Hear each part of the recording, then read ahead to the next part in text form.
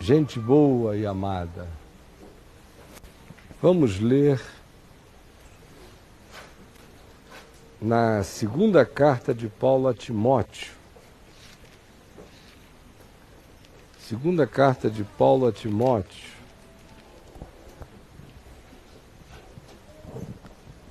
No capítulo 4. E quem trouxe Bíblia, permaneça, por favor, com ela aberta no colo, para ir acompanhando, não só a leitura, mas enquanto eu estiver falando, tá bom? E eu quero também pedir para daqui em diante nós ficarmos o mais quietinhos possíveis, todos os celulares desligados, todas essas parafernálias da intrusão fora de nós, por favor. E silêncio e quietude. Eu vou ler o capítulo 4 todo de 2 Timóteo, tá bom? Todo mundo aqui comigo? Amém? Mesmo? Então, atenção, silêncio, mente concentrada no que se ouve. Quem tem ouvidos para ouvir, ouça. Paulo diz a Timóteo: conjuro-te perante Deus e Cristo Jesus, que há de julgar vivos e mortos pela sua manifestação e pelo seu reino. Prega a palavra, Timóteo, insta, quer seja oportuno, quer não, corrige, repreende, exorta com toda longanimidade e doutrina, ou seja, e consciência do Evangelho. Pois haverá tempo em que não suportarão a sã doutrina ou a palavra do Evangelho. Pelo contrário, cercar-se-ão de mestres,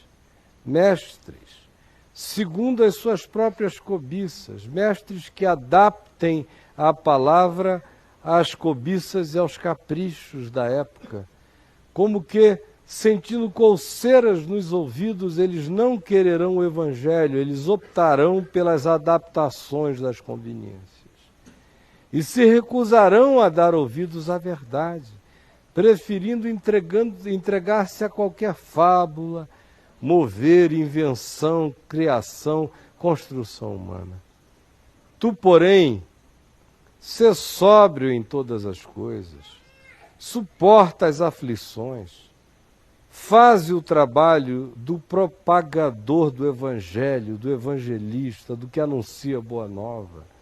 Cumpre cabalmente teu ministério, teu serviço na vida, que é espalhar o amor de Deus. Quanto a mim, diz Paulo, estou sendo já oferecido por libação, que é uma expressão, aquele derramar de elemento líquido, fosse o sangue, água, óleo, no sacrifício, no holocausto, antes dele ser aceso. Paulo está dizendo: eu estou com os meus dias contados, eu estou vivendo um momento da vida que poderia equivaler a esse momento anterior a acenderem o holocausto para Deus.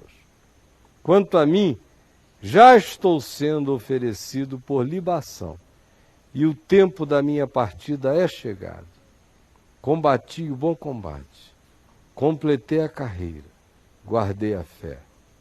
Já agora a coroa da justiça me está guardada, a qual o Senhor, reto juiz, me dará naquele dia quando eu lá chegar.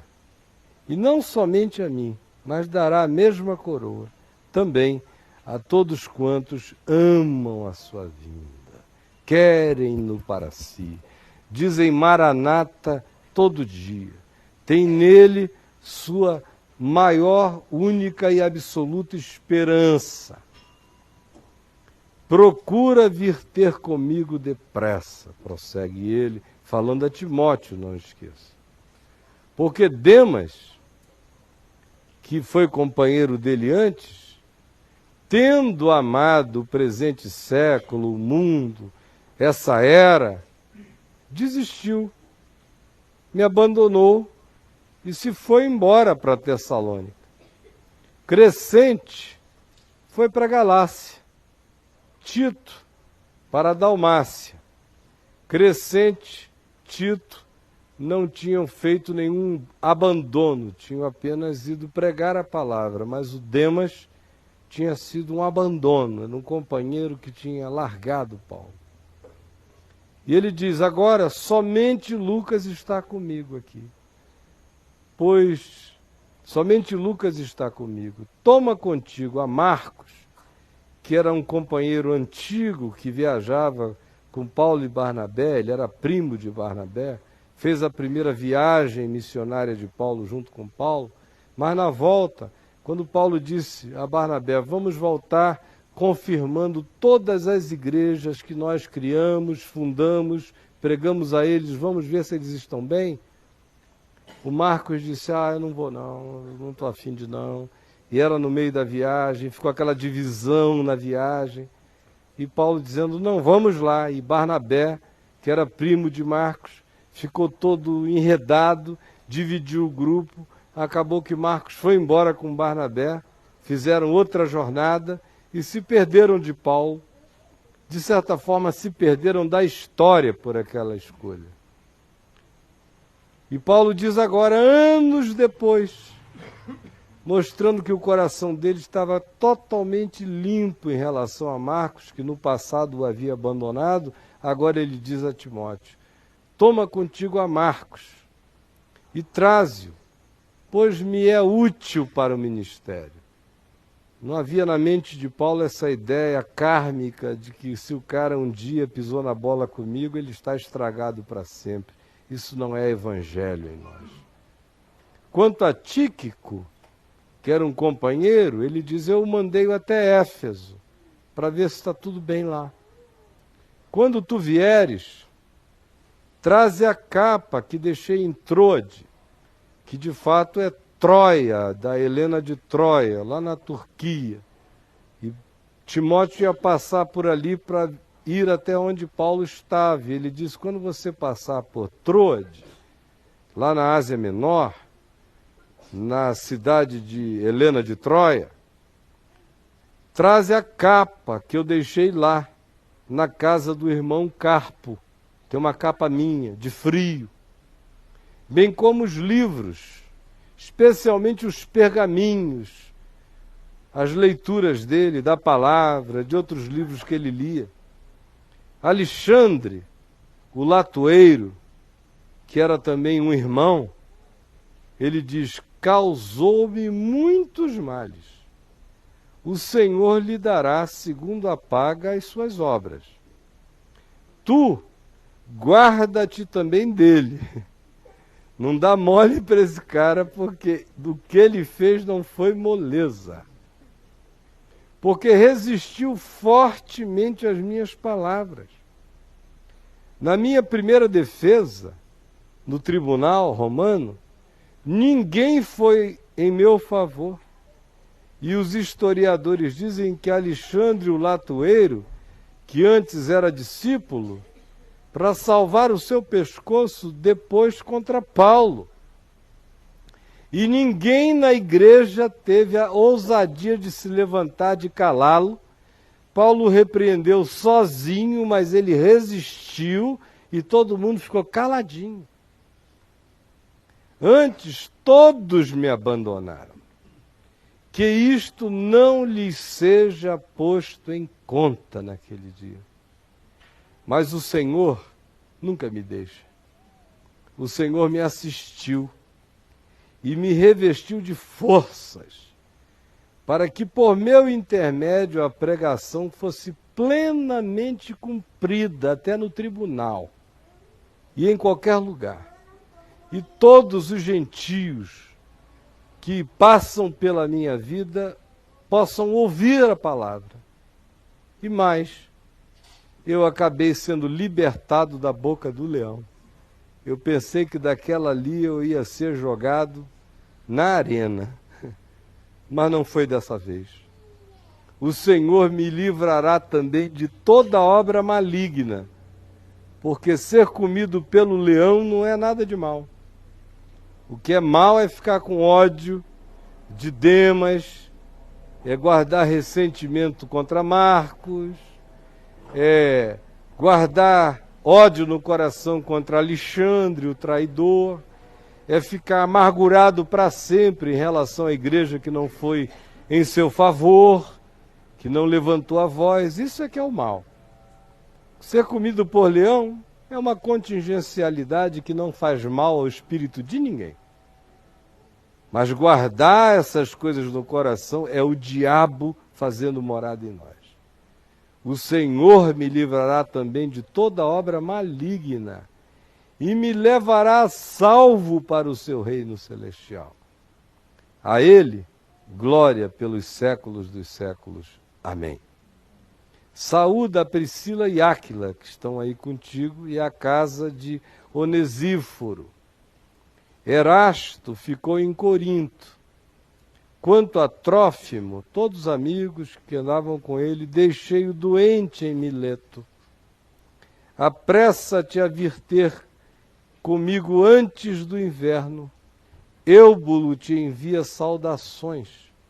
O mesmo fazem Prudente, Lino, Cláudia e os irmãos todos que sobraram da igreja que estava próxima a ele. O Senhor seja com teu espírito. Paz seja convosco. Essa é a carta de um homem que, para os padrões da antiguidade, de 2000 anos atrás, já estava velho. Velho por todas as razões. Velho porque, ao encontrar-se com Jesus, aí próximo aos 30 anos de idade, ele se entregou à missão da divulgação do Evangelho como um ser kamikaze no planeta. Quem lê descrições aqui em 1 aos Coríntios e em 2 aos Coríntios das coisas que aconteceram a Paulo e também no livro de Atos, toma consciência do tipo de vida guerrilheira, fugidia, da vida bin Ladeniana para o bem que Paulo viveu, não para matar, mas para salvar, não para explodir, mas para agregar, não para dividir, mas para construir pontes.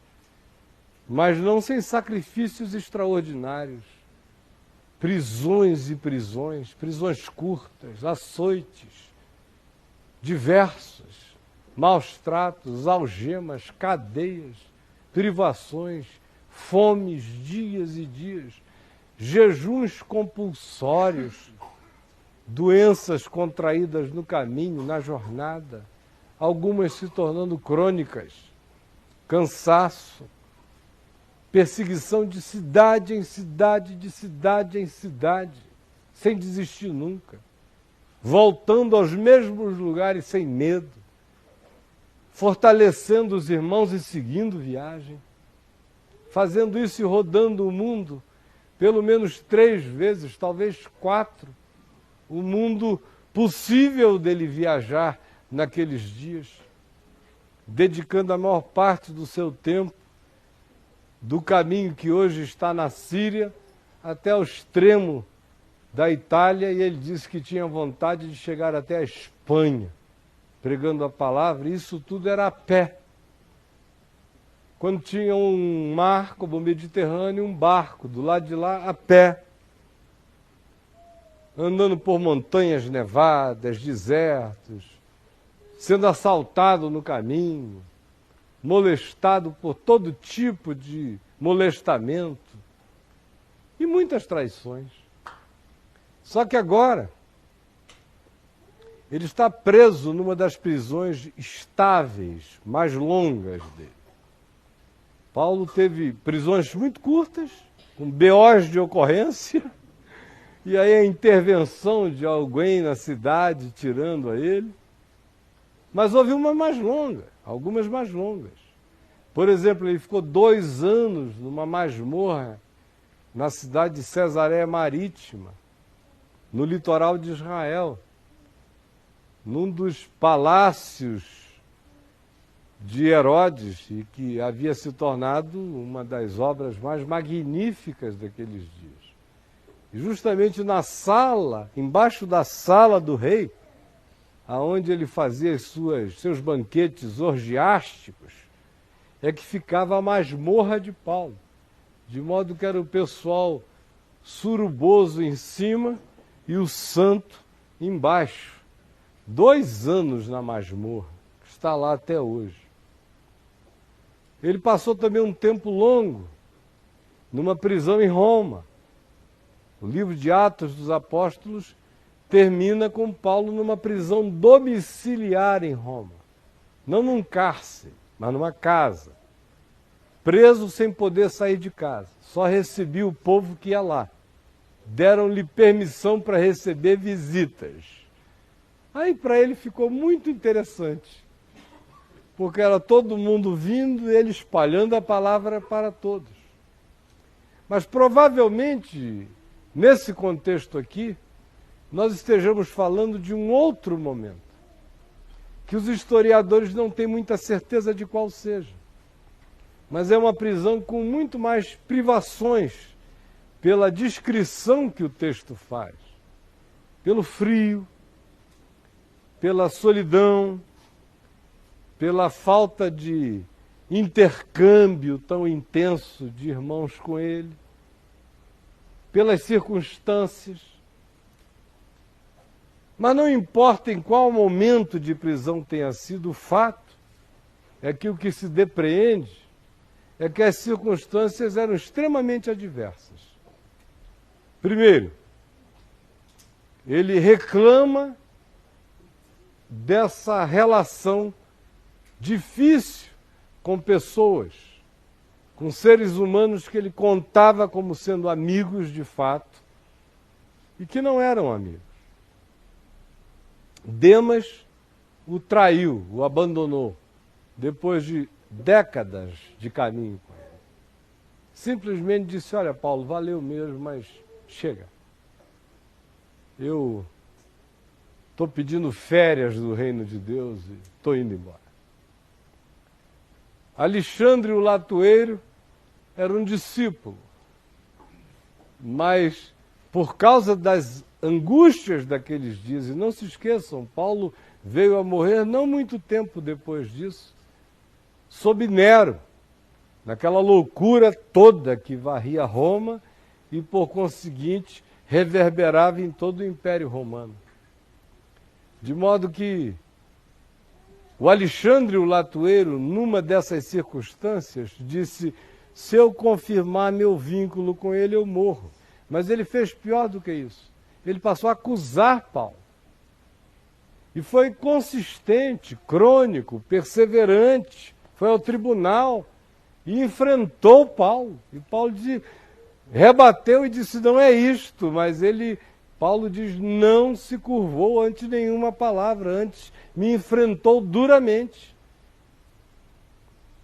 Mas essa é uma coisa entre ele e Deus, diz Paulo, o Senhor vai tratar dele. Aí ele fala das circunstâncias de vaziez fraterna também. Do pessoal que tinha ficado em lugares, de outros que ele tinha, por circunstâncias, enviado para tratar de assunto, de um amigo que tinha ficado doente para trás e que ele deixara e não tinha notícias de como estava lá em Mileto, nas proximidades de Éfeso, ainda na antiga Ásia Menor, Turquia de hoje. E Timóteo está a caminho, certamente num caminho que o faria passar por Trode, portanto, cruzar a Ásia Menor. A prisão de Paulo ficava em algum outro lugar mais distante. E Paulo diz: olha, está frio a beça, muito frio. Então, quando tu vieres, não esquece a minha capa, porque o inverno chegou. E eu estou aqui passando um frio danado na prisão. Traz a minha capa, por favor. Ou você pensa que era uma coisa de fashion? Sabe, aquela capa, meu Deus, aquela capa Versace, eu não posso perder aquela capa. Aí seria Paulo, viado apóstolo, né? Era frio, frio. Frio, traz a capa que está frio. Mas não só frio, ele estava não só passando necessidade, olha as necessidades emocionais, falta de amigo, de relacionalidade, traição, decepção, tristeza, saudade, gente boa longe, gente ruim perto, gente traíra, tramando mal, gente muito boa, distante da possibilidade de vir ajudá-lo. Esse é o estado emocional de um cara que tinha dado a vida inteira para cobrir essas pessoas, para ajudá-las, para acolhê-las, para abraçá-las, para incluí-las. Mas agora muitas delas o estão abandonando num tempo final da existência dele. Tudo para colocar o cara numa depressão terrível. Para tirar dele toda a vontade de ser, de viver, de pregar, de anunciar a palavra, de se dar, de encarar, de lutar, de combater. Porque poucas coisas nos vulnerabilizam tanto quanto traições fraternas. Quanto a gente vê gente que você deu o coração, a vida, a alma, o tempo, correu riscos, se entregou, de repente simplesmente tratarem tudo como se não tivesse sido nada. Olharem para você sem nenhuma memória, sem nenhuma gratidão, sem nenhum vínculo. Simplesmente se irem. E o coração cai na perplexidade enorme. Ou então aqueles a quem você ensinou, educou, ajudou, criou na fé, investiu, se deu, e de repente, por uma circunstância de sobrevivência, de autopreservação no conforto, ou de indisposição a correr qualquer risco, é capaz de tirar o seu da reta e jogar o irmão aos leões. E foi isso que Alexandre fez com ele. No mais, ele está carregado de muita saudade de amigos distantes. Ao lado dele estava apenas Lucas, que se tornou o historiador em razão do qual a gente fica sabendo dos Atos de Paulo e dos Apóstolos, no livro Atos dos Apóstolos, escrito por Lucas, era o único com ele e ficou com ele o tempo todo sempre. Por isso ele diz, somente Lucas está comigo. Primeiro nível de necessidade é essa, emocional, com essa gama e variedade de sentimentos, todos somados, porque todos estavam presentes nele, daria um caldo depressivo e de desistência e de cansaço horroroso. Por coisas infinitamente menores, você em liberdade, podendo ir e vir, e não num calabouço. Você em dias de sol, com o carro na porta. Por contrariedades muito menores, você chuta baldes e late igual um cachorro e desiste e se exila do bem? Agora imagina depois de uma vida inteira, se dando a pessoas, passando por perrengues que você não aguentaria o dízimo deles. E agora numa situação de pauperismo total, carência física, fome, frio, tudo isso, ainda há esse gap, esse vazio emocional, cheio de traições, decepções, saudades, carências de amigos. O segundo nível são as privações físicas, o frio, o desconforto, as coisas contadinhas, ração de cadeia, todo dia. Além disso, o tédio.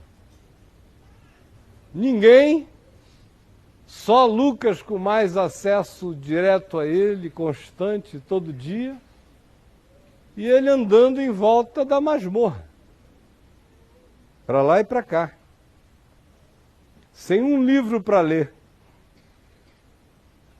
sem vem ver TV, sem os celularezinhos mágicos de Merlin da gente, que só faltam trazer mensagem de Gabi para nós, do anjo Gabriel. De tão completos que estão, sem nada, sem nada. A maioria aqui sem um celular para ficar futucando já começa a entrar em ansiedade, né? Eu vejo o pessoal muito bem sem celular, quando eles ganham, inicia um negócio, que é uma coisa que eu vou vendo que até os mais sóbrios sucumbem. É um negócio poderoso.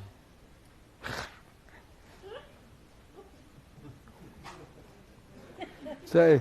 Eu já tenho visto gente mandando mensagem de texto para um cara do lado. Estão trocando texto e o outro está do outro lado da sala. Recebeu? É um negócio muito esquisito, é uma geração patética. Agora, Paulo não tinha nada disso, não tinha nem os livros, nem a Bíblia para ler. Traz os livros, especialmente os pergaminhos. Para ver se eu leio aqui um Isaías, um Jeremias. Porque naquele tempo Paulo não podia ler Mateus, Marcos, Lucas, João. Minhas cartas, traz as minhas cartas para eu ler. Para ver se eu me edifico com as minhas cartas. Não. Era Gênesis até Malaquias que ele tinha para ler. Traz o que você puder para eu ler a palavra. O resto estava dentro dele. O que a gente chama de Novo Testamento não era papel para ele, era só mente, alma, memória, espírito, vida, compreensão, entendimento, saber. Era inscrição no coração, não num livro. Isso era evangelho para Paulo. Os livros, ele pede os do Antigo Testamento, porque não existia Novo Testamento. O Novo Testamento era Pedro, era Paulo, era João, era Mateus, vivos, pregando a palavra. Eram todos os que pregavam a palavra sem falsificá-la, eram evangelho, eram Novo Testamento. Aí ele está também nesse momento de tédio profundo. O apóstolo tem tédio. O homem de Deus que já foi arrebatado ao terceiro céu tem tédio também.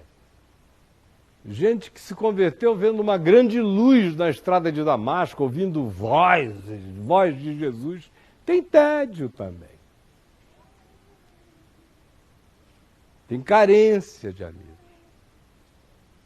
Então a primeira coisa que eu queria dizer para nós, e alguns aqui já me leram e já me ouviram falar isso em outras eras da vida, mas não é a mesma coisa que eu vou dizer, é só a introduçãozinha que é igual. A primeira coisa que a gente aprende aqui é que a graça de Deus não nos desnaturaliza. Você pode repetir isso comigo? A graça de Deus não nos desnaturaliza. Esse é pensar diferente é um equívoco horroroso, mas que foi ensinado para nós. Foi ensinado, por exemplo, que crente nunca tinha depressão. Se tivesse, era opressão demoníaca. Foi ensinado para a gente que crente nunca ficava triste. Tristeza era a negação da fé. Foi ensinado para a gente que, de fato, nós éramos pessoas com capacidades especiais, que coisas não doíam tanto na gente. Depois da chamada teologia da prosperidade, aí ficou um inferno. Crente só não voa. Só não voa. E quando voa tem que ser de primeira classe, senão ele não é filho do reino na econômica. Senão, ele ainda é um diácono. Ele ora pela hora em que ele vire um pai apóstolo. Aí ele alcançou a graça de voar de primeira classe. Aleluia. Mas só não voa. Mas no mais, eu ordeno, eu decreto, eu não sei o quê, eu piso, eu mato, eu esfolo tudo com a palavra, em nome de Jesus. Aí eles aguentaram essa onda assim uns 10 anos. Não passa de 5 na experiência pessoal. Porque no máximo 5 anos depois o cara já ordenou pra caramba e se ferrou. Já decretou pra caramba e se estrepou. Já foi ficando doente, bateu o pé e disse: em nome de Jesus é a palavra rema, eu declaro. Decreto, gripe nenhuma me pegará, e sai com um catarro verde a semana inteira por aí. Aí tinha que se esconder dos crentes.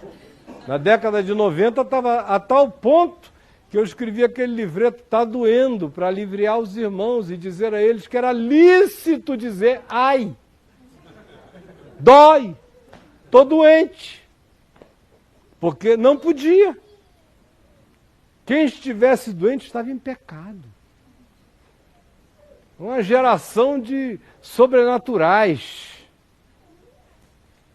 E que permanece, de certa forma, na maioria das mentes pagãs do meio cristão até hoje.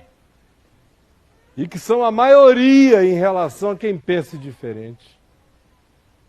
Até hoje. A graça de Deus, no entanto, não nos desnaturaliza. Você olha para Jesus e o vê sentindo fome, sentindo sede, sentindo sono, ficando cansado, às vezes de saco cheio. Vocês já viram Jesus de saco cheio? Aqui no Evangelho, de saco cheio. Jesus dizendo, até quando? O texto diz, e arrancou do seu interior um profundo suspiro. Até quando estarei convosco? Até quando vos sofrerei? Trazei meu menino. E não foi uma vez só, não. Houve uma ocasião que ele estava num cansaço tão grande que ele foi para fora das fronteiras de Israel para descansar, nas regiões Ciro-Fenícias, e falou aos seus apóstolos, não quero que ninguém me incomode. Mas tinha uma mulher com uma filha endemoninhada, lembra? Que vazou a barreira apostólica, atravessou tudo, arrombou a porta. Jesus queria ocultar-se, mas não pôde ocultar-se. Mas ele se tratava com respeito. Estava cansado, vamos descansar. Você o vê com regularidade, começando o dia na montanha, bem cedo, fazendo silêncio na mente. Você o vê quase todo dia no Evangelho, depois de um dia inteiro de pregações, ensinos. À noite ele se recolhe, ele quer silêncio mental, quer uma gruta, quer uma quietude. Às vezes não quer nem a companhia dos discípulos, se distancia sozinho para se aquietar, para parar a mente.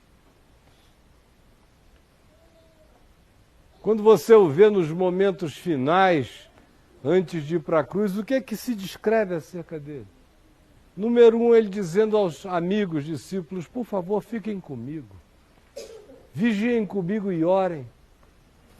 Não durmam, porque eu estou angustiado. A minha alma está profundamente triste até a morte. E se diz que ele foi tomado de pânicos, horrores e angústias, e que suou sangue. Porque a graça de Deus não nos desnaturaliza. Você coloca o indivíduo sobre aquela pressão toda, seria absolutamente inumano se ele não manifestasse com humanidade todas as expressões da sua própria humanidade ante a realidade que não podia ser negada e nem fingir que não estava acontecendo. Não há no Evangelho nenhum convite para a evasão da realidade. Como não há nenhuma afirmação de sobrenaturalidade nossa, crônica e cotidiana, sobre a natureza ou sobre a naturalidade da nossa própria existência nas circunstâncias nas quais a vida nos coloque. Seja isso em relação a afeto, a emoção, a amigos, a traições, a perdas, a saudades, a decepções. Seja isso em relação a conforto, a escassez, a fome, o alimento, ao frio, às intempéries, às circunstâncias, seja isso em relação à necessidade psicológica de troca, de ânimo, de estímulo, de leitura, de lazer, de interiorização que nos livre da masmorra dos cotidianos. Pela leitura, ele viajava. O que ele queria era que o coração dele se edificasse, a mente se ocupasse. Porque a graça de Deus não tira de nós as nossas necessidades humanas. As mais genuínas, as mais legítimas, as mais verdadeiras. Aquelas que, se a gente negar que sejam necessidades nossas, a gente começa a se tornar meio sociopata, inafetivo, embrutecido. De modo que não negar que na vida a gente careça dessas coisas faz parte da nossa saúde humana. Essa é a primeira coisa. Mas se de um lado a graça de Deus não nos desnaturaliza, de outro lado, a graça de Deus não nos enfraquece ante a natureza das coisas, ao contrário, a graça de Deus nos fortalece. Ela não tira de mim a minha humanidade, não me desnaturaliza. Mas ela não me deixa numa fraqueza maior do que as circunstâncias, jamais. Não me poupa da experiência natural, emocional, afetiva, circunstancial, econômica. Não me poupa da necessidade de que no frio eu queira calor, de que no calor eu queira frescor. Não me poupa das necessidades de vínculos, de presenças, de trocas. Não me suprime o poder da saudade, o desejo do encontro, do abraço. Não tira de mim a necessidade de que a minha mente mude os tunes, mude as estações, tenha variações, necessite de lazer mental, de mudança de preocupações que queiram se tornar únicas. A graça de Deus não tira de nós a necessidade de que a gente verifique as demandas da nossa natureza e as trate com o devido respeito. Por outro lado, se a graça de Deus não nos sobrenaturaliza, ela nos dá, todavia, um poder sobrenatural para enfrentar as demandas da realidade da nossa própria natureza. Ela nos fortalece para além de nós nesse processo, porque o poder de Deus se aperfeiçoa na fraqueza. Repita comigo. Porque o poder de Deus se aperfeiçoa na fraqueza. Aí é nessa hora que a maioria de nós não aproveita a graça de Deus. Se está sendo traído, abandonado, deixado, maltratado, esquecido, ou qualquer uma dessas coisas, a maioria de nós sucumbe, se acaba, ainda diz: Deus, aonde estás, que não fizeste os meus amigos serem amigos de verdade, ó Deus, e eu que confiei em Ti, que esses amigos, por serem Teus, não me trairiam, ó Deus. Por isso eu não quero mais saber de nada. Não vou mais lá, não prego, eu não quero saber. Tem pastor que por causa disso me escreve dizendo: estou deixando o ministério. Pelo amor de Deus. Por quê, hein? É porque falta alguma coisa. Falta alguma coisa. Falta o que em Paulo sobrava. Falta essa certeza de que a realidade eu não nego, doeu. Demas foi um traíra, Alexandre o Latueiro foi um satanás. Os irmãos foram todos uns calhordinhas covardes. E eu estou aqui sozinho com o Lucas, no frio, com fome, quase sem assistência, a não ser por Lino, Cláudio, alguns poucos que passam por aqui. Mas tem uma adversativa no meio dessa constatação. Ele vem afirmando tudo isso e, de repente, ele entra com uma adversativa poderosa, no verso 17. Descreve todos esses níveis de carência e diz: mas o Senhor me assistiu e me revestiu de forças. O Senhor me assistiu e me revestiu de forças. Gente, o Evangelho só entra em nós quando, com amigos ou sem amigos, nós somos de Jesus. Quando casados ou descasados, nós somos de Jesus. Quando amados ou desamados, nós somos de Jesus. Quando com fidelidades afirmadas ou traições confirmadas, nós somos de Jesus. Quando aqueles que deveriam nos defender nos acusam, ainda assim, nós somos de Jesus. Quando perante as cortes, os ambientes, a sociedade, as reputações, aqueles que a gente julgava que seriam sempre os nossos backups, se evadem, fogem e desaparecem, nós ainda assim somos de Jesus. Quando o coração está triste, deprimido, se sentindo encarcerado, e no caso dele, de fato encarcerado, carente, com frio, sozinho, entediado, cansado, tédios, existem no coração de gente de Deus. E para ele, nada disso pegava. E ele ainda disse, fui livre do leão. Senti o bafo do bicho. Pensei que tinha chegado a hora, mas já sei que vai chegar. Já me sinto como uma libação no altar, porque a hora vai chegar. Mas o Senhor me assistiu. E sempre me assistirá. E me dará forças. Porque eu não vou parar. Ninguém me para. O Senhor me deu forças para que eu continue um veículo. Enquanto eu estiver no mundo, eu sou um instrumento.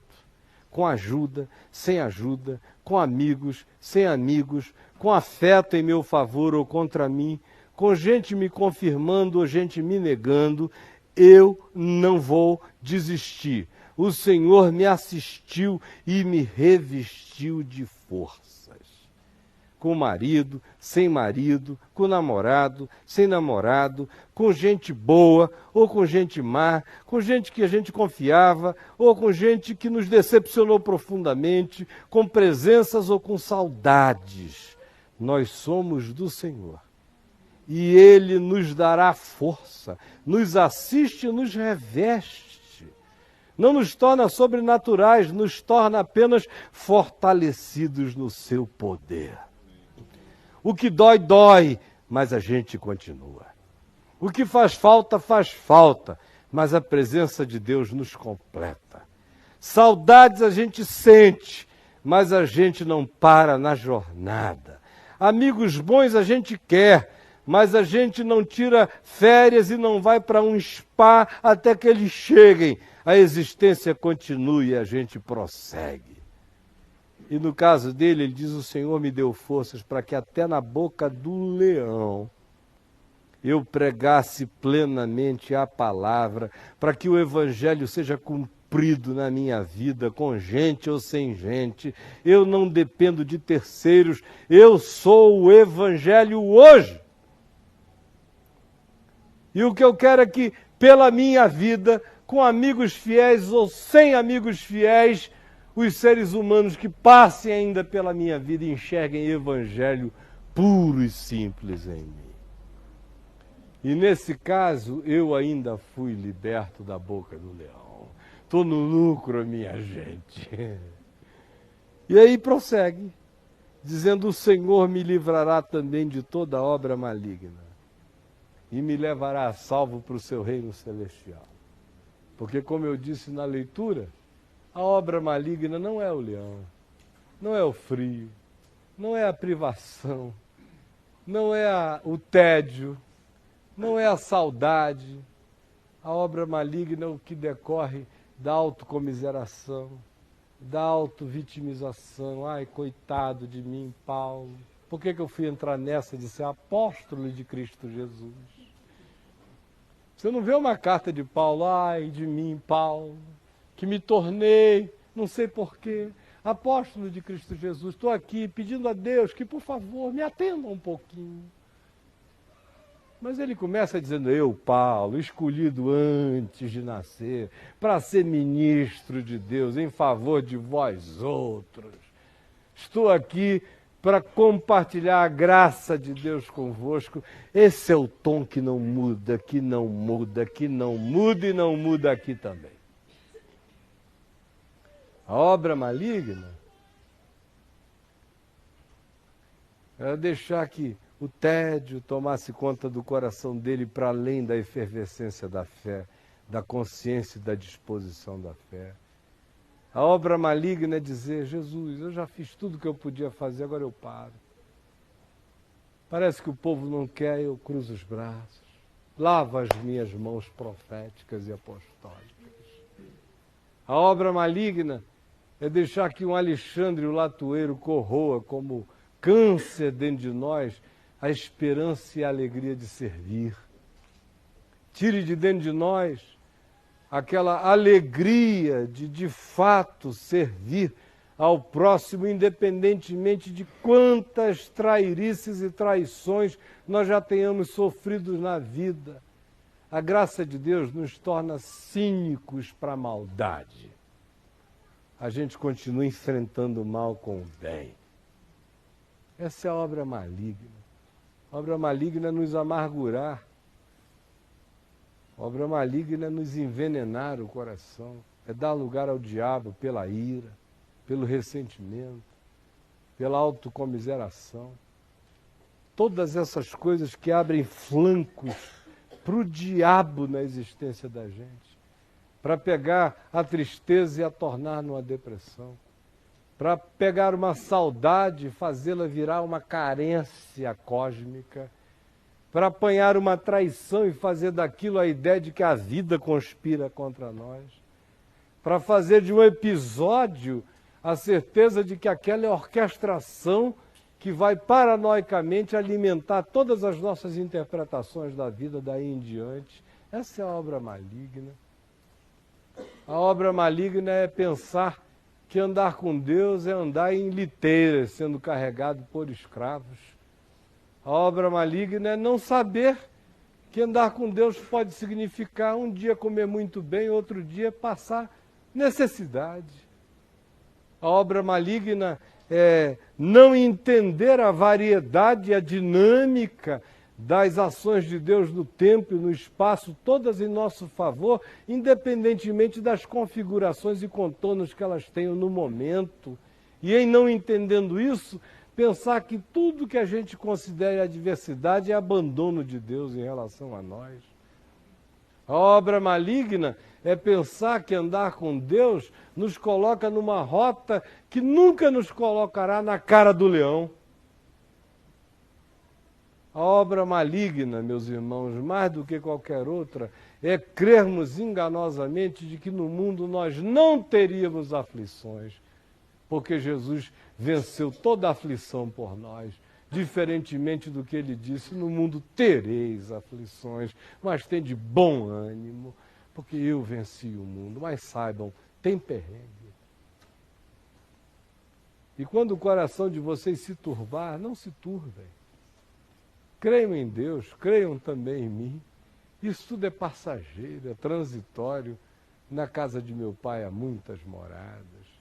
Ou como ele próprio, Paulo, disse, porque eu tenho por certo de que a nossa breve e momentânea tribulação neste mundo não é para comparar com o eterno peso de glória a vir a revelar-se em nós. A obra maligna é essa. Não é o que os homens nos fazem, é o que a gente faz em nós com o que em nós é feito. Essa é a obra maligna. A obra maligna não existe fora de mim. Um ladrão não me é uma obra maligna. A obra maligna é o que eu faço da presença do ladrão na vida. A obra maligna não é ser traído, é o que eu faço da traição. A obra maligna é maligna para o traidor. Mas a malignidade do traidor, como Paulo disse, ele tratará com o Senhor no meu coração. Qual é a obra maligna que um traidor pode causar? Se não me deixar com o espírito odiento, revoltoso, amargurado, vingativo, persecutório, frio, descrente, justicista. Essa é obra maligna. Nunca vem de fora. É a que brota de mim. É a que cresce em mim. É a que eu permito desenvolver-se em mim. Essa sempre é a obra maligna. O Senhor, a graça dele, não nos desnaturaliza, mas também não nos deixa sem o poder para enfrentar qualquer coisa que nos chegue como contingência natural que nos deseje esmagar apenas pela força que carregue ou pelo poder que tenha de infiltrar em nós os sentimentos da derrota, ou do abandono, ou do cinismo, ou da indiferença, ou da vingança, ou do cansaço de morte. O Senhor me assistiu e me revestiu de forças, e me deu poder para que por meu intermédio o Evangelho siga, e eu fui libertado da boca do leão. O Senhor me livrará também de toda obra maligna, e me levará salvo para o seu reino celestial. A Ele a glória pelos séculos dos séculos. Amém. Aí você pergunta, tá legal, mas o que me faz ficar assim? Não é essa a questão? O Paulo ficou assim, agora o que me faz ficar assim? Me tornar um ser ante quem? Nada da vida é negado quando é realidade. O amigo traiu? Traiu. A igreja fugiu? Fugiu. Quem deveria testemunhar em meu favor apareceu? Não, me abandonou. Alexandre o Latoeiro é um cara legal pra caramba? Não, é um cretino, mentiroso, que só pensa em si, egótico e perverso. E capaz de enfrentar você com mentiras horrorosas. Esse é o fato sobre ele. Foi isso que aconteceu comigo. E eu fui ao tribunal e por pouco não fui jogado para o leão. Além disso, está frio pra caramba. A prisão é uma miséria. Amigos não chegam. É um tédio. O inverno é paralisante, eu não tenho nem com quem me distrair a minha cabeça. Traz a minha capa, traga os meus livros, por favor. Esses são os fatos naturais, sensíveis, sensoriais, reais, que a gente não pode negar. Paulo adoeceria profundamente se ele dissesse, olha, estou sozinho, mas não estou sentindo nada. Aquela carta da teologia da prosperidade. Carta de Kenneth Hagin, de Paulo a Kenneth Hagin. Meu querido Kenneth Hagin, estou preso numa prisão maravilhosa. Faz um frio enorme para os pagãos, mas para mim, que sou cheio do Espírito Santo, Paulo do fogo, Paulo do poder, Paulo da lareira, eu chego a sinto calor irradiando de mim, assim pela prisão. Eu virei um aquecedor pretoriano, para falar a verdade. Gabi tem me visitado com muita regularidade, de modo que ele me serve banquetes extraordinários. Não tenho tido falta de nada. Distração angelical. Me contam piadas, para você ter uma ideia. Tamanha intimidade com o reino eterno. E mais do que isso, meu querido Kenneth, preciso lhe dizer que Alexandre o Latoeiro está amarrado em nome de Jesus e não terá poder de me fazer nenhum mal. Quanto à igreja, eu já declarei, já decretei, já amaldiçoei quem não aparecer no tribunal. Do contrário, estenderei a minha mão, declararei a perdição de todos, porque assim anda um homem vitorioso. Ou se já tivesse acontecido, tinha aquele pessoal do tempo do livro Louvor que Liberta, que é um livro muito bom, mas o pessoal tratou mal a mensagem do livro e foi para outro extremo. Viraram umas poliana moças, na década de 70 e 80. Todo crente era Poliana Moça. Era negação de tudo. O cara vem dar uma topada aqui. Aleluia, glória a Jesus. Que topadinha gostosa. Ai, meu Deus, é bom ter dedo. Aleluia, como é bom ter unha esfolada. Era mais ou menos assim. Pneu do carro furava, o cara ia trocar o pneu. Glória a Jesus. Ô, macaquinho bom. Lá, lá, lá, lá, lá, lá, lá, lá, lá. Glória ao Senhor. Por dentro ele estava dizendo, puta merda. Não. Mas pra fora era... Lá. Foi virando uma hipocrisia de louvor horrorosa. Horrorosa. O cara vinha falar com você sem um tostão no bolso. Isso aí, meu irmão, tá precisando de alguma coisa? Não, um servo de Deus não precisa de nada. Glória a Jesus. Aleluia. Glória a Deus. Aí você diz, ó, eu por acaso estou precisando, você não pode me ajudar, não? Mas era o tempo da evasão. No Evangelho não tem supressão, não tem evasão. No Evangelho só há realidade, verdade, o que é. Tá doendo, tá doendo. Dei topada, dei. Me traíram. Me senti mal, a beça. Me abandonaram, é bom? Não, é um horror. É legal contar com pessoas e depois não aparecer ninguém, todas se evadirem. Não, é uma frustração matante. Especialmente quando você ama. É gostoso viver nutrindo saudades de gente amada que não aparece nunca. Não, não é bom. É uma delícia o friozinho que não passa nunca. Não, traz a capa, mano.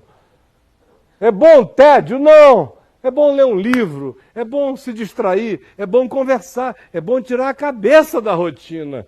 É saúde humana.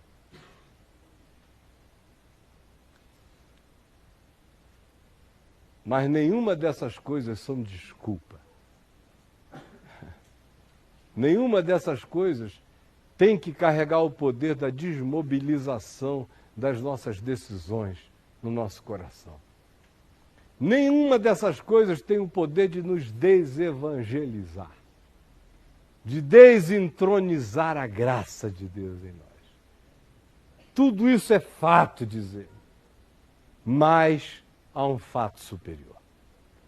O Senhor me assiste, o Senhor está presente, o Senhor me fortalece, o Senhor me usa, eu sou um canal, um veículo, ninguém vai me entupir, ódio nenhum vai me entupir, vingança nenhuma, abandono nenhum, nada vai me desmobilizar. Aí você diz, mas por quê? Qual é o segredo desse negócio? O segredo disso você sabe, você só não quis até hoje. O segredo disso é a gente, de fato, ter uma relação de